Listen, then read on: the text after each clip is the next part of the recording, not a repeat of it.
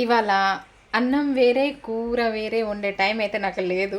ఇంకా అందుకోసం ఏం చేశానంటే లంచ్ స్పెషల్ చూసేయండి, సింపుల్గా టేస్టీగా పిల్లలు కూడా ఇష్టంగా తినేలాగా చేసిన అనమాట. మై ఫేవరెటే. ఇదిగోండి, యమ్మీ యమ్మీ కిచిడి. కిచిడి అయితే చేసిన చాలా బాగుంటుంది.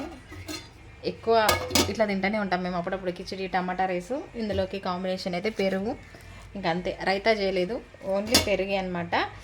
ఇంకా దానికి తోడు యమ్మీ యమ్మీ ఇదిగోండి చట్నీ, అమ్మ పంపించిన పండు మిరపకాయల చట్నీ.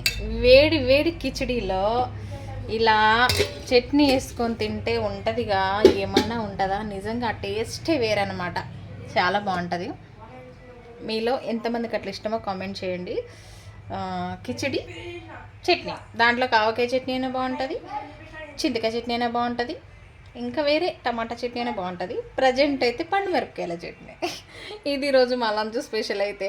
ఓకే, మరి నాకు టైం లేనప్పుడు ఇట్లాంటివి చేస్తుంటా అనమాట.